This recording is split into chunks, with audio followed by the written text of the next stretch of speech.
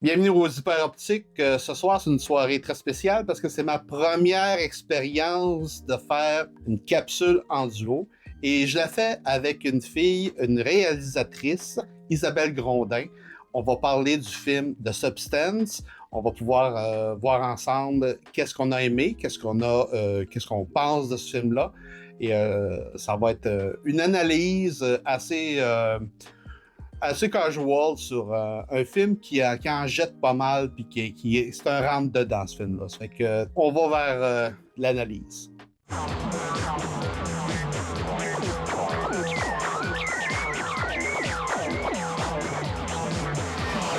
Ben, tout d'abord, Isabelle, je tiens à te remercier d'avoir accepté mon invitation pour faire cette capsule-là sur un film assez spécial, merci, fait par une réalisatrice. Puis moi, je trouvais ça très intéressant de parler de ce film-là avec toi parce que tu es une réalisatrice, tu es une scénariste, tu as produit tes propres films, tu fais du cinéma de genre. Ça fait que moi, ça m'apparaissait comme un no-brainer de parler de ça avec toi parce qu'on s'était vu cet été et tu m'en avais glissé un mot, tu avais aimé ça. Oui, ben merci à toi, honnêtement, parce que je trouve que c'est très cool de pouvoir parler de ce film-là. Je pense que tu l'as vraiment aimé autant que moi, là. Donc, ça fait tout le temps des échanges enrichissants, peut-être des choses que toi, tu aurais remarquées, que moi, j'ai pas saisi ça et vice-versa. Donc, ouais. Ah, je t'avertis, j'ai peut-être trop pensé à ce film-là aussi. Ouais, moi aussi, je t'avertis, donc voilà.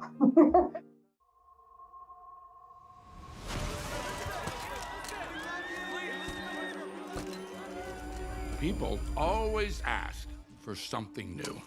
It's inevitable. At 50, well, it stops. Have you ever dreamt of a better version of yourself? Younger, more beautiful, more perfect.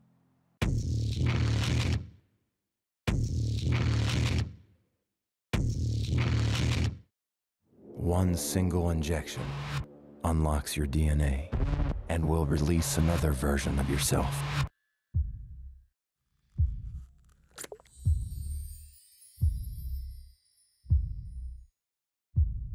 This is The Substance. I'm Sue.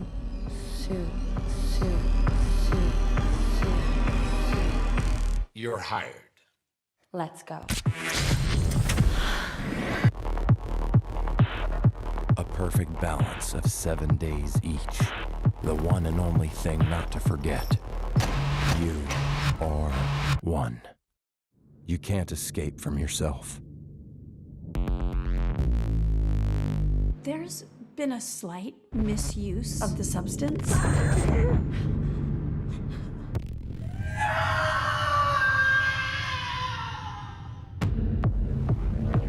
This balance is not working.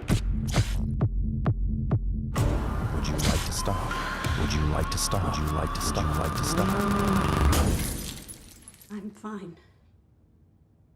Everything's fine. You have to control yourself! Old, fat, disgusting!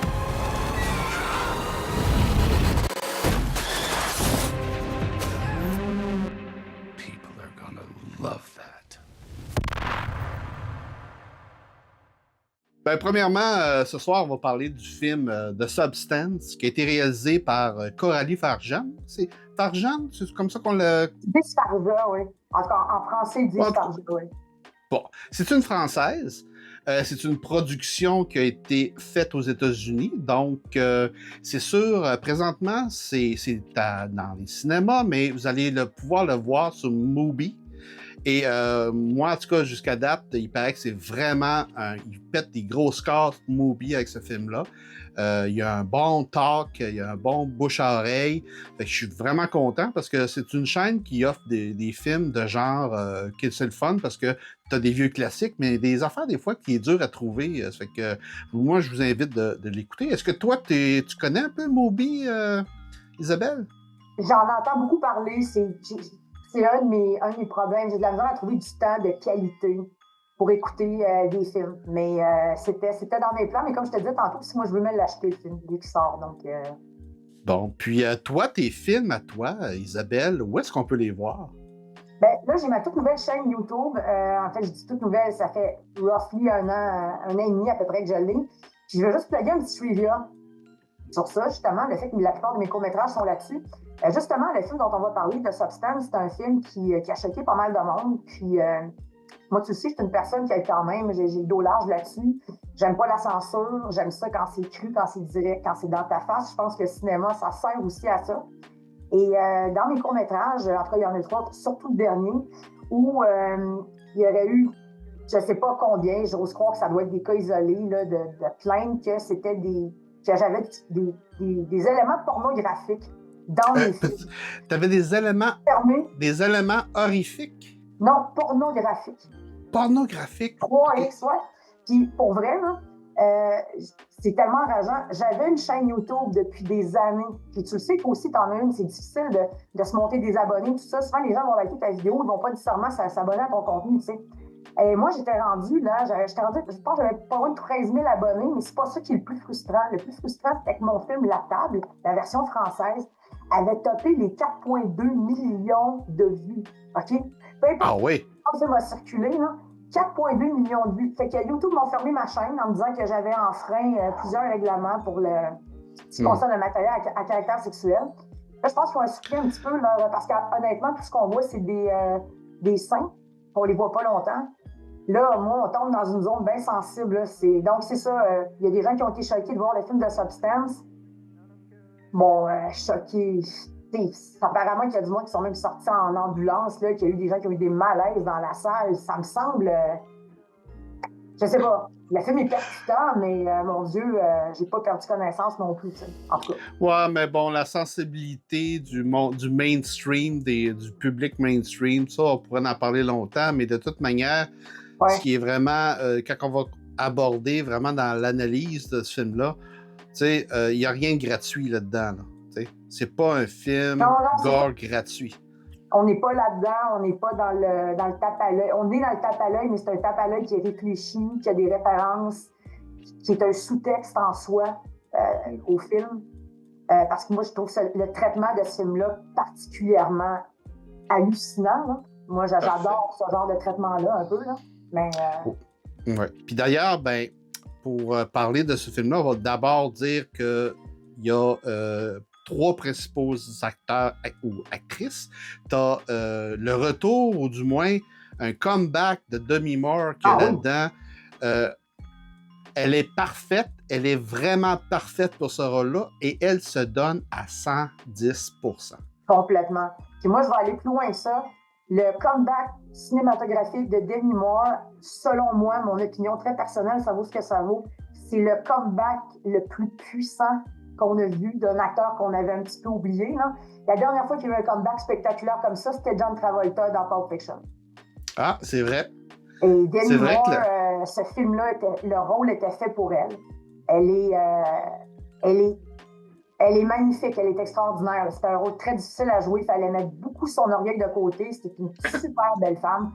Mais on le sait, hein, elle a fait plus souvent qu'autrement parler de ses chirurgies là, dans les dernières années. Pour se garder cette apparence-là, que de ses talents ou ses projets de film. Alors ça, je trouve que c'est un beau, en tant que femme, là, je trouve que c'est un beau pied de nez qu'elle peut faire à tous ces détracteurs qui l'ont longtemps mis dans une petite boîte. Là. Je pense qu'avec ce film-là, elle montre à quel point elle a du talent, Demi Moore, puis une générosité comme acteur. Moi, j'ai de la misère à trouver des comédiens dans mes films pour se montrer les seins nus. Écoute, là, t'as vu tout ce qu'elle a fait, elle, là, je veux dire. Mais c'est plus, ça va au-delà de juste d'avoir l'exposition des parties comme les seins et tout ça. C'est l'intégralité de sa beauté, de son intimité qu'elle s'abandonne aux mains d'une réalisatrice qui était aussi en possession de ses moyens, parce que la réalisatrice va aller chercher justement à démontrer sa nudité. Donc, moi j'appelle ça, il y a un mot très dur pour les femmes, là, mais les ravages du temps. Tu sais. Demi Moore, elle est belle. Quand on la voit au début du film faire son show de workout, écoute, elle est restée splendide, cette femme-là. Mais ce film-là est surtout basé sur le regard d'elle-même, du personnage sur sa beauté. Puis ça, quand on va en... Tu sais, quand on rentre dans ce sujet-là pour ce film-là, je trouve que ce soit une réalisatrice, une femme qui puisse prendre ça en main comme sujet, ça ne pouvait pas être autre chose que ça, à mon avis. Je ne sais pas si toi, tu vois ça de cette manière-là. Moi, je vais dire, j'ai écouté une entrevue d'elle, ça fait un certain temps déjà, mais j'ai tellement compris. Ce film-là qu'elle a fait, là, c'est un peu un fuck you. Parce que son film Revanche, que j'ai pas vu, mais que j'ai bien hâte de voir, elle s'est fait taxer un peu de ça, là, d'aller dans de la surenchère avec quelque chose d'un petit peu abracadabrant, mais personne n'était insensible à son traitement qui était hyper impeccable. Comme cinéaste, moi, je le dis depuis le début, oui, c'est vrai que ce qui est important dans un film, c'est une bonne histoire. Mais il y a des thèmes, des sujets qui ont été des millions de fois abordés au cinéma. Et alors, qu'est-ce qui fait la différence d'un film à l'autre? C'est ton traitement. C'est comment tu vas raconter l'histoire. Une femme qui est rendue un peu trop vieille pour ce qu'elle fait ou qui est comme jugée passée date, qui se fait remplacer par une plus jeune, c'est pas la première fois qu'on voit ça au cinéma. Et Coralie Forget, elle a pris cette histoire-là, qui a déjà été revue 1000 fois, justement, les ravages du temps, les réflexions aussi par rapport à soi-même. D'ailleurs, tu sais, le mot réflexion, le miroir est tellement important dans ce film-là. Les scènes dans la chambre de bain, les scènes avec le miroir, les scènes où elle se regarde, c'est fort, c'est fort. En tout cas, là, je veux pas trop m'écarter, mais... Non, mais il y a une chose, tu parles pas du traitement, mais de l'histoire que ça a été revu. C'est sûr que moi, ce que j'ai remarqué beaucoup, c'est la référence à l'œuvre de Dorian Gray. Je ne sais pas si tu connais ce personnage-là. C'est un personnage qui a été écrit par... là, je vais vous mettre le nom sous... parce que là, j'ai un blanc de mémoire, mais c'est quand même un auteur très classique. Dorian Gray. Dorian Gray. Oui, je sais qui. Je connais pas beaucoup d'œuvres, par contre, mais je sais. Donc, tu sais que dans l'histoire de Dorian Gray, c'est quelqu'un qui a un tableau de lui-même, puis qui décide que la vieillesse soit pris sous la charge du tableau, puis que lui reste jeune. Et c'est vraiment ce mythe-là, cette histoire-là, repris d'une manière très contemporaine. Puis, tu sais, Dorian Gray, ça parlait beaucoup de la corruption morale, la dualité entre l'apparence et la réalité. Puis, tu sais, du plaisir au détriment de l'éthique. Fait que ce film-là, c'est exactement les mêmes thèmes, sauf que c'est pris avec la transposition d'un homme. Là, c'est une femme, ouais. Mais c'est aussi contemporain. Même si le film, moi, j'ai trouvé qu'il faisait très années 80. On peut pas dire que c'est un film qui a l'air d'être dans la temporalité actuelle, parce que le show de workout, là, moi, ça me faisait penser tellement au... 80. Et bon, j'en écoutais de ça, moi.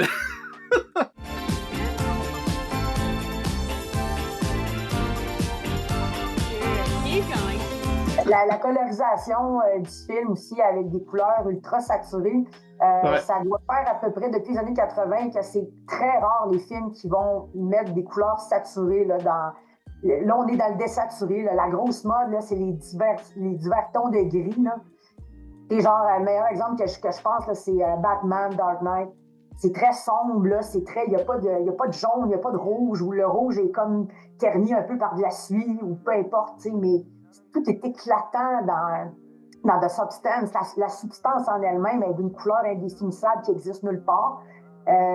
Les rouges sont rouges, les bleus sont comme tu regardes ton mur en arrière. Là. Donc ça fait très années 80. Puis effectivement, le show de workout, je ne dis pas qu'il n'y en a plus maintenant, mais j'avoue que ça m'est jamais arrivé vraiment de tomber sur un un show de Ah workout, ben, là. moi, je peux te dire que j'en avais un en tête que j'écoutais, ça passait vers l'heure du midi, puis c'était 3 filles qui faisaient ça, puis les filles faisaient exprès pour avoir l'air de, en suant, d'avoir des espèces d'extase, puis c'était très érotique, puis ça jouait là-dessus. Puis je pense que la référence de la réalisatrice s'était basée sur ce show-là, parce que c'était tourné en Californie, ce show-là. Puis tu parlais des couleurs, là, effectivement, l'exploitation de la couleur. As-tu remarqué l'utilisation du jaune? Le jaune, premièrement, avec le jaune d'œuf qu'on voit au début. Tu vois l'aiguille rentrer dans l'œuf, puis tout ça. Et l'actrice de Demi Moore a toujours un code jaune. Comme si c'était elle-même, cette cellule-là. Ouais, moi j'ai remarqué ça. La réalisatrice est trop intelligente. C'est clairement une fille qui est brillante. Elle n'a pas juste énormément de talent comme réalisatrice. C'est aussi une fille qui est brillante. C'est une fille qui connaît son époque. C'est une fille bien de son temps. C'est une fille qui sait sur quel piton elle est pesée. Et je suis convaincue que c'est une fille qui a un assez gros vécu. Moi, je la connais pas personnellement, mais c'est pas une petite fleur naïve dans la nature, là, Coralie Forgeat. C'est une femme qui en a vu d'autres. Je pense qu'il n'y a rien qui est laissé au hasard dans ce film-là. Non. D'ailleurs, là. Plus on purpose. Puis, ouais. D'ailleurs, on n'a bravo. pas vraiment résumé de quoi ça parlait. On y a été quand même en grosso modo, mais ce que ça parle de Substance, c'est une femme qui est une ancienne actrice qui est maintenant au-delà de la cinquantaine à peu près, ou dans ce range-là. Elle a 56 Moore. 56, son personnage est sûrement collé. 54-56, c'est là, mais mi-cinquantaine, elle n'a pas 50. OK. Puis là, ben, elle a maintenant qu'une émission, c'est sur du workout, et du jour au lendemain, elle se fait jeter dehors par son producteur qui veut la remplacer par une plus jeune. Et le personnage arrive à être en contact avec une personne qui lui suggère d'utiliser une substance que si tu veux t'abonner à ça, tu dois respecter des choses, des protocoles très stricts, dont l'injection dans ton corps de cette substance-là qui te double, qui te fait en sorte que ton corps se scinde en deux. Et la deuxième... Oh, on a de la belle visite! C'est... Bon, ben, écoute... C'est mon petit bébé. C'est ma petite compagne de vie. Ah, ma chérie? Ouais. Juste en passant, mais ça se pourrait qu'elle ait 50 ans de mémoire. Tu sais, là, je suis là, j'affirme, non, elle a 54, 56, mais c'est parce que je suis allée voir son âge. Puis il me semble que ce qui m'avait frappé, c'est qu'elle était plus vieille que 50 ans, justement. Puis, comme wow, tu sais. Oui, elle a eu des chirurgies, là, mais il y a une génétique aussi. Là. Il y a bien des femmes de cet âge-là qui s'en font des chirurgies puis qui n'ont pas l'air de Demi Moore. Ça, faut. Tu sais, les chirurgies ont le dos large, là. Il y a aussi, elle prend soin d'elle, elle fait attention à son apparence. C'est sûr qu'elle s'entraîne, elle fait attention à ce qu'elle mange. Ouais. Alors voilà. Mais c'est ça. Mais son personnage dans ce film-là, finalement, elle ne suit pas exactement les règles et à son détriment, parce que, en fait, la personne qui ne suit pas les règles, c'est elle-même, mais étant plus jeune, parce que maintenant qu'elle peut être plus jeune pendant une semaine de temps, ils font du back-to-back, une semaine. Quand elle devient jeune, elle s'inscrit pour animer l'émission qu'elle s'est fait jeter de workout, et elle devient une vedette tout de suite parce que le producteur, lui, il capote sur son cas. Sauf que, évidemment, ça tourne mal, et puis la finale est grandiose. Je ne vais pas rentrer dans les spoilers, on va peut-être essayer de faire ça vers la fin, là, mais disons pour l'instant, on va rester, Isabelle, pas trop collée à... Je ne sais pas si ça n'en dit trop, là, mais parce que je fais juste une précision. Tu sais, effectivement, elle ne suit pas les directions, mais ce qui est intéressant et ce qui est très fort dans ce film-là, c'est qu'est-ce qu'il va faire, justement, qu'elle ne va pas suivre les directions, parce que les directions initiales, elle suit à la lettre. Et tout ce qui devait se produire, ce qu'on lui a promis, arrive. Mais là, elle goûte à ça. Elle revient à ça. Moi, je suis beaucoup plus proche de la génération de Demi Moore que celle qui fait le personnage de Sue. J'oublie le nom de la jeune comédienne, qui est excellente aussi. Puis je trouve que c'est un très bon choix de casting parce qu'elle est très belle, mais c'est pas non plus une bimbo, elle est pas bonne. Ils n'ont pas joué sur cette carte-là. Ça aurait pu être vraiment Demi Moore plus jeune, genre elle quand elle était à 20 ans, de quoi qu'elle avait l'air, tu sais. Et c'est justement cette jeunesse-là auquel elle goûte. Et elle n'a pas le goût, elle, là, de... Ça commence à être difficile là, de retourner, de faire le switch du 7 jours. Et ça, je trouve ça fort parce que c'est d'une tristesse inouïe. C'est pas triste parce que c'est une fantaisie. C'est un mal bien réel. Il y a énormément de gens qui composent très mal avec l'âge. Puis quand on est une femme, c'est terrible. Surtout si on est jolie. Si on est une belle femme, c'est encore pire. Parce que la beauté, ça l'amène son lot d'avantages et de désavantages, comme la jalousie. Mais ça l'amène son lot d'avantages. Et puis... c'est pas la première fois que j'entends des comédiennes d'un certain âge le dire. Les femmes, on dirait que passé un certain âge, le regard de la société sur nous change complètement. Ça n'arrive pas aux hommes. Ça arrive aux hommes beaucoup, beaucoup plus tard dans leur vie. Là, quand ils sont rendus late 70s, puis encore. De Niro, il y a eu un kid, il est rendu à 80 fucking je sais pas combien. Il y a eu un kid, là, il y a pas longtemps. Il continue de faire des films avec des jeunes femmes, mais là, c'est rendu des jeunes pitounes de 40. Mais tu sais, mon point, c'est qu'il y a toujours eu ça. Et pour les femmes, c'est terrible. Moi, je fais juste regarder là, au niveau de la publicité, tout ça. Mais personne ne s'adresse aux femmes qui ont plus de 45 ans. T'as fait ta job, t'es pondeuse ou t'en as pas eu, t'as déjà été consommable, là, tu l'es moins. Next. Et même les femmes ont ce réflexe-là envers les problèmes. Je trouve que Coralie Farja, là-dessus, est tellement allée chercher un mal, bien de son époque. Il y a tellement de femmes qui souffrent de ça et qui n'en parlent pas. Il y a ça aussi, il y a un débat de société à avoir là-dedans parce que de l'âgisme, là, ouais.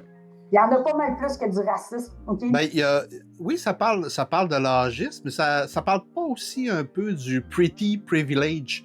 Parce que quand elle devient jeune, c'est sûr que le regard des hommes, le regard extérieur change beaucoup. Elle a une facilité à faire ce qu'elle veut faire parce que quand tu es jeune et belle, c'est souvent ça qui arrive. Fait que c'est un regard aussi sur ce thème-là parce que tu disais tantôt que le personnage... non, tu disais tantôt que quand tu es belle, tu vas susciter de l'envie, de la jalousie. Mais en fait, c'est le même personnage qui habite ce sentiment-là. Ce film-là, c'est pas la jalousie de l'extérieur, c'est la jalousie d'elle-même, sur sa propre condition. Il faut pas oublier que l'héroïne du film, c'est une belle femme. Elle aurait pu mettre en vedette une personne qui a un problème de poids, une personne qui est ravagée, qui a des rides partout. Elle aurait pu aller vers ça, Coralie Farja. Non, elle est allée vers une icône de beauté et elle n'a pas choisi n'importe quelle. Elle en a choisi une qui ne fait parler d'elle que par ses chirurgies ratées depuis presque 20 ans qu'on parle toujours d'elle et qui a ses legs de Bruce Willis. C'est ça, Demi Moore. Moi, là, je serais la meilleure amie de Demi Moore. Ça serait la plus belle revanche que ma chum pourrait avoir sur l'industrie. Puis elle n'a pas peur de jouer cette carte-là non plus, Demi Moore, mais je pense qu'elle était bien consciente aussi qu'elle allait exposer sa fragilité puis qu'elle allait peut-être raviver ces mémoires-là. Faites des recherches sur Demi Moore, hein? Marque là, avec The Substance, c'est juste des résultats sur le film qu'on va voir. Mais en temps normal, là, Demi Moore, tu fais une recherche sur elle, là. Look, ça, c'est Demi Moore maintenant. La reconnaissez-vous? Comment qu'elle a eu ça? Puis, en tout cas, il y a eu... pareil comme Madonna, pareil comme d'autres. Là. C'est sûr que Madonna, elle en a fait un peu plus, mais en tout cas, mais c'est le même maudit concept. C'est que les femmes, on dirait qu'on est pognées là-dedans. Il n'y a pas d'émancipation possible. Puis c'est pas juste de redevenir plus jeune, c'est de continuer à avoir une vie de qualité. Elle a un job qu'elle aime, elle a un réseau, elle a des fans, elle a un revenu, un bon revenu quand même. Elle se sent valorisée comme femme, elle sent qu'elle a une importance. Est-ce que c'est pas de l'acheter comme un déchet? Qu'est-ce qu'elle va faire d'autre, cette femme-là, dans la vie? Elle fait des petits exercices en ayant l'air un peu sexy. C'est ça qu'elle sait faire dans la vie, tu sais. Fait qu'il y a toute cette image-là aussi, mais je pense qu'il ne faut pas oublier. Dans ce cas-ci, tu dis qu'il n'y a rien de gratuit dans ce film-là, puis c'est vrai, le choix d'avoir pris une très, très belle femme, une très belle quinquagénaire comme personnage central, c'était primordial pour que ce film-là ait un impact. Ça l'aurait Mais pas eu en, le même impact, ça avait été une fille plus moche, mettons, tu sais. mais en même temps aussi, au-delà de la beauté de Demi Moore, c'était aussi une femme que, dans l'époque où c'est qu'elle était à son prime, c'est une actrice qui a revendiqué son pouvoir au niveau de ses choix artistiques dans ses films. Je prends par exemple quand elle avait été choisie pour jouer G.I. Jane, Ah, c'était ça bon, l'avait, Jane. c'était bon, mais ça avait donné une commotion dans son image à elle, parce que les gens disaient qu'est-ce qu'elle fait là à jouer dans ce genre de rôle-là? C'est une belle femme, elle peut pas être un militaire, puis tout ça. Puis presque back-to-back, elle a fait le show, pas le show, mais le film Striptease, que là... Mon Dieu, c'est vrai. Ben oui, c'est vrai, elle a joué Oh, oui. là-dedans. Ouais. Et là, aussi, elle exploitait sa beauté, son corps, mais c'était une comédie plus légère, je pourrais pas dire ça honnête, là, mais disons qu'il y avait un petit peu de tape à l'œil dans ce film-là, à mon avis, là, que là, dans le film actuellement de Substance, on n'est vraiment pas dans ça. On va aller vers du spoiler maintenant, parce qu'on va parler de la fin. Fait que les gens qui n'ont pas vu le film, vous pouvez arrêter ça là. On peut juste, en tout cas, moi, vous dire que c'est une expérience, ce film-là.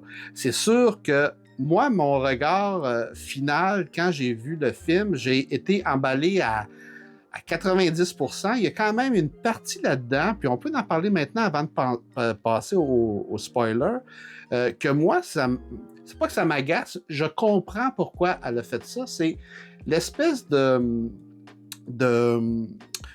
jeu dans sa manière de filmer, un peu grotesque, un peu trop wide, trop...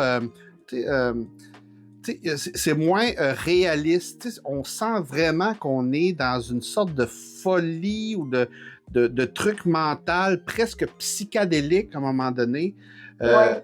Puis ça, comme les personnages masculins qui étaient tellement caricaturaux vis-à-vis son personnage à elle, qui est un peu plus groundé, mais qui se disjoncte à la fin. Au début, ça m'agaçait parce que je me disais, OK, oui, c'est le regard, c'est un traitement fait par une femme qui veut revendiquer des choses, puis bon, les hommes, c'est tout à peu près des monstres. Tu sais, Dennis Quaid, là-dedans, il est filmé en super close-up, qui mange des shrimps, c'est dégueulasse! Mais... Tu dis que c'est un film d'horreur, pour moi, c'est pas un film d'horreur, de Substance, ça, c'est un autre débat, mais s'il y avait une scène que je trouve dégueulasse dans ce film-là, c'est pas quand c'est le monstro, là. Moi, c'est quand Dennis Quaid, il mange les shrimps, il est tout huileux, il n'y a pas des belles dents. Ah, Elle l'a filmé avec une wide, là, ça paraît, parce que son visage il est comme tout, il est comme une genre de petite bombance, là. Fait que c'est sûr qu'il a été filmé avec une super wide angle, plein de proche. Puis là, évidemment, on comprend qu'il y a des postillons qui revolent, de crevettes, tout. Il est répugnant. Quel personnage abject. Mais abject. Puis au début, je me disais, il est trop over the top. Ça m'a agacé un peu. Mais quand j'ai vu comment que la réalisatrice a fait évoluer son histoire et fait évoluer aussi cette espèce de basculement entre quelque chose d'une vie normale vers quelque chose de complètement surréaliste, là, j'ai fait « OK, je l'accepte ». Mais au tout début, là, c'était difficile pour moi d'accepter ça, de dire là, le monde alentour, c'est vraiment des grosses caricatures. Mais c'est à la longue, là, j'ai compris que, ouais, mais on n'a pas le choix avec qu'est-ce qu'elle voulait arriver à la fin pour introduire ça, de commencer avec un peu de caricature, puis de mettre ça de plus en plus.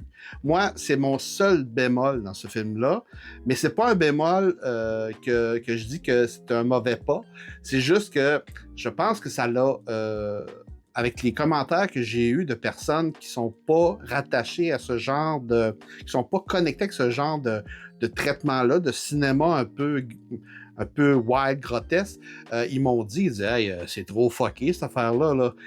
OK, ben, les hommes sensibles, ça a peut-être un frein, mais je pense qu'au-delà de ça, c'est très accessible comme film. Ça fait que moi, c'est vraiment allez-y. Toi là-dessus, as-tu des choses que tu as trouvées que tu étais encore ça t'a fait réfléchir, hein, c'est peut-être pas une bonne approche ou toi, c'est vraiment un wow assez général? C'est un wow pas mal général, puis en tout cas, c'est un terme qui revient souvent. Pour moi, là, quelqu'un me dirait c'est quoi un film hybride? Ben, je dirais un film hybride, c'est Titan, c'est The Substance. Ce sont des films qui ne collent pas à un seul genre. Donc, on rit dans The Substance. On se sent pas bien. Moi, comme femme, je peux dire qu'il y a des moments où j'avais presque les larmes aux yeux, tu vois. Quand la fameuse scène qui montre à nauséam dans toutes les bandes annonces, parce que même Demi Moore l'a dit, apparemment que cette scène-là, c'est la scène qui a été le plus refaite dans le film. C'est quand Demi Moore se regarde, elle vient de se faire congédier, et elle se regarde devant le miroir, puis elle commence, puis il y a de la haine, il y a de la férocité dans ses yeux, puis elle se beurre, là, son rouge à lèvres, elle se l'enlève comme ça, avec une violence, là, tu vois à quel point qu'elle saillit. Elle devrait être en crise après Dennis Quaid, mais non, elle est plus en crise après elle, parce que pourquoi je suis vieille, donc? Pourquoi je peux pas être plus haute? Pourquoi que si, en tout cas, pourquoi que ça? Ceci dit, là, c'est tout à fait une opinion personnelle. Parce que le film est intense, parce que le film ne fait pas dans la dentelle, parce que le film, oui, pour moi, il y a beaucoup de tape à l'œil, mais c'est pas un tape à l'œil qui est gratuit, c'est un tape à l'œil qui est maîtrisé, calculé, et avec beaucoup, beaucoup de références, sublimes d'ailleurs, à plusieurs grands maîtres du cinéma. Moi, je pense qu'elle a voulu... C'est un manège à ronde, là, ce film-là, on va se le dire. T'embarques, on va te mettre ta ceinture, tu pars, tu vas faire une ride dans cet univers-là. Tu vas monter, tu vas descendre, mais il n'y a pas de bout où t'es stagnes, puis t'es comme ça. Puis... Alors, je pense que quitte à être dans cette espèce de folie-là un peu dès le départ, même si elle est peut-être moins exploitée dès le début, moi, je pense que c'est un peu je pense que c'est une démesure qui passe très bien quand même, pour moi. Je suis comme, OK, regarde, rendu là, let's go. Let's go, là, tu sais. Puis, ça serait intéressant de voir ce film-là, comment il va vieillir. Comment ce film-là va être vu dans 10 ans, dans 20 ans. C'est intéressant. Puis, je vais te dire, je le dis souvent, ça, j'ai les dans du coaching, mais des fois, je le dis juste en entrevue même. Techniquement, là, il y a 4 temps en cinéma. Il y a le temps que dure ton film, hein, 1h30, mettons. Il y a le temps de l'histoire. Hein. C'est quoi cette histoire-là? C'est-tu une famille à travers un an? C'est-tu un week-end avec une gang de run? Fait que tu as ce temps-là. Tu as le temps, c'est quoi donc là? Fuck. Mais le 4e temps, pour moi, c'est le plus important, c'est le temps extra-diégétique. Ça, c'est le temps qu'un film reste à l'intérieur de toi une fois que tu l'as vu. Oui. Mm-hmm. Quand tu es cinéaste, je pense que le temps est le plus important. Puis ça sur quoi il faut que tu mettes le plus d'énergie, c'est tu veux faire un film que les gens vont ressortir de la salle pas intact. C'est la seule façon de faire en sorte que les gens, surtout aujourd'hui, avec toutes les distractions qu'on a, les nouvelles, tout va super vite, pour continuer à penser à quelque chose là, pendant une couple d'heures, une couple de jours, ça prend quelque chose de percutant. Fait que moi, je pense que ce film-là, c'est un pur bijou, dans le sens aussi que c'est un film qui va t'habiter. C'est un film qui va te faire poser des questions, tu vas avoir le goût d'en parler. C'est souvent un signe, ça, que c'est un film qui a fonctionné sur quelqu'un. J'ai de la misère à imaginer des gens qui regardent ça, puis pour de vrai, c'est ordinaire, là. Je sais pas qu'est-ce que t'écoutes, là, mais...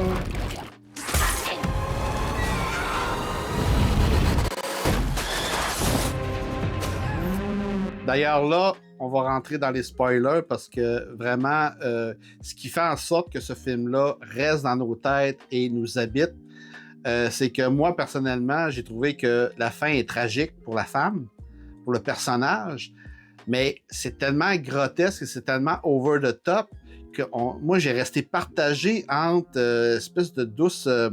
c'était presque une comédie à la fin, mais en même temps, c'est une tragédie, mais c'est tellement hors du réel que là, tu restes avec ça dans la tête pour dire qu'est-ce que j'ai vu là? Pourquoi ça me rentre dans les tripes? Ou pourquoi que...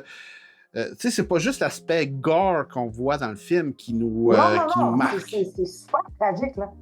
C'est super tragique. Moi, d'ailleurs, je dois dire que j'ai bien hâte de le revoir, le film, parce que j'ai fait la garde d'aller voir ça un mardi. Moi, je pensais que ça n'existait plus, les mardis à moitié prix. Fait que la salle était pleine, puis pas nécessairement pleine de cinéphiles tripants. C'était vraiment plein de monde plutôt irrespectueux qui parlaient pendant le film, puis qui bisounaient avec leur trousse de sel. Fait que ils m'ont un petit peu gâché certains moments du film. Moi, je trouve que la fin, je fais partie de ceux qui l'ont... Moi, je suis du team que j'ai trouvé la fin triste, même si c'est abordé avec beaucoup d'humour. C'est un humour pour moi qui réussit pas à me faire rire parce que je suis trop je suis trop avec Demi Moore dans sa prison de chair, parce que c'est vraiment rendu ça, là, une espèce d'être complètement difforme qui est aux antipodes de ce que cette femme-là aurait voulu être à la base. C'est la meilleure version de soi-même, là. On n'est plus là. Là, t'es devenu le monstre le plus repoussant, t'es devenu la version la plus dégueulasse de toi-même dans tous les sens du mot. Puis je pense que, encore là, je pense que la seule personne qui peut répondre à cette question-là, c'est la réalisatrice elle-même. Est-ce que c'était voulu d'aller dans une espèce d'excès? Je suis d'accord avec toi que c'est grotesque, on barre ça épais, puis il y a une espèce de gros humour qui est jaune pour moi. Tu parlais de jaune tantôt, pour moi, je trouve qu'on rit un peu jaune. Mais moi, je pense que ça va juste avec le trip du film. Puis, je te disais tantôt que c'était un film hybride. Il y a plusieurs genres dans ce film-là, dont certains cas du film d'horreur. Mais c'est pas un film d'horreur. Un film d'horreur, son but principal, c'est de faire peur. C'est de faire peur et de dégoûter. Là, on parle d'un film horreur. À la fin, parce qu'il y a beaucoup de body horror dans le film, tu sais, à la fin, moi, je pense que là, elle a joué cette carte-là à fond. Là, elle a un peu décroché du côté dramatique. Elle l'a gardé, en fait, mais je pense qu'elle a beaucoup plus mis l'emphase sur le body horror pour montrer à quel point cette femme-là qui était si belle. Et là, bon, son clone, qui est comme... qui est belle. Moi, je trouve Demi Moore est plus belle. Moi, si j'avais à choisir entre les deux femmes, moi, je choisirais Demi Moore. Moi, c'est une question de goût, là. Mais l'autre est beaucoup plus jeune, évidemment. Elle a plus de collagène, des petits seins plus rebondis, tout ça. Bon, mais justement, tu sais, c'est que ça va à une autre extrême qu'on ne penserait pas que ça va là. Sais-tu à quel film ça m'a fait penser la fin? À Dead Alive. Lequel? Dead or Alive? Oui, Peter Jackson. Là, quand la mère, elle se réveille, elle sort de la terre, le gars est devenu une espèce de... Tu sais, tout le long du film, c'est un zombie, elle est dégueulasse, c'est trash, t'as le goût de vomir, il te montre des enfants, t'es là... Mais à la fin, la mère, c'est n'importe quoi, c'est un genre de gros monstre psychotronique, elle pète, elle a des pustules, ses seins, elle a comme des gros seins, des gros malins, ça fait rire, là, oublie ça. Mais c'est ça, tu sais, je pense que c'est un petit excès de démesure à la fin, comme on a voulu jouer ça au maximum. Moi, je pense que c'est ça. Je pense que c'était voulu. Je pense qu'il ne faut pas trop prendre ça au sérieux. Je pense que l'essence du message passe pour le reste. Mais moi je vais te dire, une chose qui m'a fait triper, entre autres, aussi dans ce film-là, c'est que c'est un film qui a un impact incroyable sur tout le monde, jeunes, vieux, hommes, femmes, toute allégeance confondue. Et moi, j'ai 3 combats depuis que j'ai commencé à faire du cinéma. J'ai celui de faire du cinéma de genre. J'ai celui que les femmes prennent plus de place au niveau de la réalisation. Je suis bien contente parce que ça, je trouve que vraiment, par rapport à quand j'ai commencé, il y a eu beaucoup d'améliorations. Quand du monde me dit « Ouais, mais les films de filles, c'est plate ». Malheureusement, à part certaines exceptions, j'avais tendance à être d'accord avec certains commentaires un peu misogynes parce que les grands films qui avaient marqué ce monde, il y en a, là, j'en ai plein ici dans ma bibliothèque, là, de films faits par des femmes des années 40, 50, 60, des années 20, Alice Guy, etc. J'ai du stock, tu sais. Pas du stock d'Alice Guy, mais j'ai du stock sur ces femmes-là. Mais à part les cinéphiles qui se tiennent vraiment au courant de ça, c'est un fait que sur la scène commerciale, c'était plutôt... Mais là, maintenant, oh my God, les films qui m'ont le plus rentré dedans dans les 5 dernières années, qui m'ont le plus rentré dedans, pratiquement toujours réalisés par des femmes. Stan, là, ça a été mon dernier gros coup de cœur en règle. J'ai adoré ce film-là comme ça n'a pas de bon sens. Puis j'aimais beaucoup l'autre qu'elle a fait aussi avant. Et définitivement, oui, puis c'est drôle, hein, parce que les réalisateurs français ne scorent pas bien depuis une couple d'années. Les grands maîtres de la France, qu'on voyait souvent leurs films, c'est comme « Ah, le nouveau ci, ah, le nouveau ça ». Personne ne parle d'eux autres en ce moment. Le monde veut voir le prochain Forgeron, le monde veut voir le prochain Ducorneau, le monde veut voir ça, là. Excuse, mais ça fait, écoute, depuis que le cinéma existe, que c'est pas arrivé. Donc, moi, je trouve ça extraordinaire que ces femmes-là fassent une différence avec leur travail. Puis je trouve ça aussi admirable que des gens ont cru en elles et ont accepté d'investir de l'argent parce qu'on ne se le cachera pas, hein, Yves, on connaît un peu cette scène-là puis cette industrie-là. Essaye d'imaginer qu'un film comme ça aurait demandé du financement au Québec. Non, mais ça, c'est avec sûr que talent, là, un film, là, écoute, il a gagné le prix du meilleur scénario à Cannes. C'est un de mes rêves de ma vie qu'un de mes films, que mon scénario soit choisi et le prix du scénario. Je pense qu'avec la raison, tu peux pas un plus beau prix que ça, ben, le prix du public, évidemment. C'est sûr que Tu sais, c'est drôle parce que tu parlais de références, puis tout ça. Tu sais, moi, j'ai vu une grosse référence au cinéma de Cronenberg. Cronenberg, qui est un Canadien, puis que lui a osé faire des films de genre et des films de body horror au Canada. Et qui a... Beaucoup dû... Ouais. Puis les références aussi à Kubrick, il y a beaucoup de choses sur des plans puis des scènes de 2001 qui passent aussi de Shining avec la marée de sang qu'on voit m'emmener. Oui, dans le corridor, avec ses tapis. Ouais, puis tu as parlé de Peter Jackson, c'était aussi un truc que j'avais noté. Peter Jackson, c'est très drôle, mais à la fois, elle fait pas de pastiche, tu sais. Elle fait pas de... C'est pas des référents où c'est qu'elle a juste un plaisir de dire je vais vous montrer une affaire à un tel. Non, elle est propre à elle. C'est juste. Bien intégré dans l'histoire, absolument. Puis ça, c'est un signe d'une grande réalisation. Moi, je ne mettrais pas de sexe à ça. C'est une grande réalisation tout court. Quand tu es capable de réutiliser des codes qui ont déjà été utilisés par des tops, puis toi, tu peux te les approprier, tu les switches un peu, tu te les réappropries dans le fond, puis ça passe très bien ailleurs. C'est pas tout le monde qui peut faire ça. Moi, honnêtement, je vais dire, je sais pas si c'est le meilleur film que j'ai vu cette année, je te dirais peut-être que oui. J'ai vu des très bons films cette année, mais je pense que lui, il est bas tout. C'est l'impact aussi. Hein, on parlait du temps que le film reste en dedans de toi. De Substance, j'y repense souvent. J'ai hâte de le revoir. Il y a d'autres films que j'ai vus que j'ai trouvé extrêmement bons. Je les ai vus. Je suis ailleurs. Puis j'aimerais ça les revoir, mais j'y repense pas tant que ça. Puis quelle campagne de promotion aussi. Oui, ils sont très forts sur le web. Mais ça, c'est sûr que peut-être que vu qu'on a beaucoup aimé le film, nos algorithmes fonctionnent très bien avec ça. Ouais, mais c'est pas grave parce que quand même, je pense que Mubi a frappé dans le mille. Puis j'espère qu'ils vont produire d'autres affaires avec des gens de qualité parce que le cinéma qui va directement en streaming ou du moins qui sont propulsés par des diffuseurs qui sont pas du cinéma, c'est une nouvelle réalité qui s'installe, mais c'est peut-être... Moi, je vois ça comme... Il y a du bon là-dedans, parce qu'il y a des choses qui s'essayent, puis il y a des prises de risques que je trouve de plus en plus intéressant que le cinéma ne prend plus ou très peu. En tout cas, ça sera peut-être... Puis on va finir là-dessus, Isabelle. Ce sera peut-être un autre rendez-vous ensemble pour explorer justement ce sujet-là du cinéma de genre au Québec. Fait que moi, je serais bien intéressé à faire ça avec toi parce que ça au point de vue de la diffusion, de la production et tout l'engrenage et les efforts que les gens doivent faire et que toi, tu as eu comme expérience aussi de ton côté, ça vaut vraiment la peine d'entendre ça parce que c'est toute une aventure que tu as vécue puis que tu, encore maintenant, tu es dans ça, hein? Oui. Elle est pas finie. En même temps, je sais pas ce que...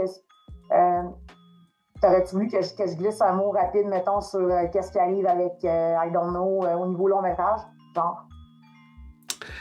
Ben écoute, moi, Isabelle, on va s'en refaire un autre rendez-vous parce que je m'aperçois que dans mon objectif de faire une demi-heure, on a dépassé. Je savais que ça allait être plus que ça. Moi j'en étais certaine, mais j'ai dit que tu vas t'en rendre compte. Mais c'était vraiment le fun, puis c'était vraiment... c'est le fun de parler de films qu'on aime. Puis moi, j'ai une chaîne que je veux pas nécessairement aller dans des films qu'on déteste. Je trouve qu'à un moment donné, ça devient redondant. Là. J'aime parler des qualités, des choses, des gens, de leur virus nez ou de leur laideur. Puis ce film-là, même si on parle justement du thème entre la beauté et la laideur, ben c'était d'à propos. Puis c'est dans mon X à moi. Fait que merci Isabelle. Puis on s'en donne. Puis d'ailleurs, ceux qui veulent voir ces films, c'est sur sa chaîne YouTube. C'est quoi le nom? C'est Isabelle Grondin. Tout simplement, c'est mon nom complet. Puis je viens de penser à ça. Quelqu'un m'a dit que la table était sur Mubi. Bon, ben écoutez, faites vos recherches sur Internet. Puis Puis je te souhaite une bonne soirée, puis je souhaite une bonne soirée à tout le monde. On se dit à la prochaine. Merci d'être à l'écoute. N'oubliez pas, abonnez-vous à ma chaîne. Vous pouvez mettre des commentaires, ça va être super génial. Je vais vous lire. Même, des fois, je vous réponds quand j'ai de l'inspiration. Mais on va se donner un autre rendez-vous pour la prochaine capsule qui va être probablement sur la deuxième partie de mon analyse de la série Le Pingouin qui a terminé hier et qui a vraiment été une super de belle série. Alors, merci Isabelle. Merci à toi.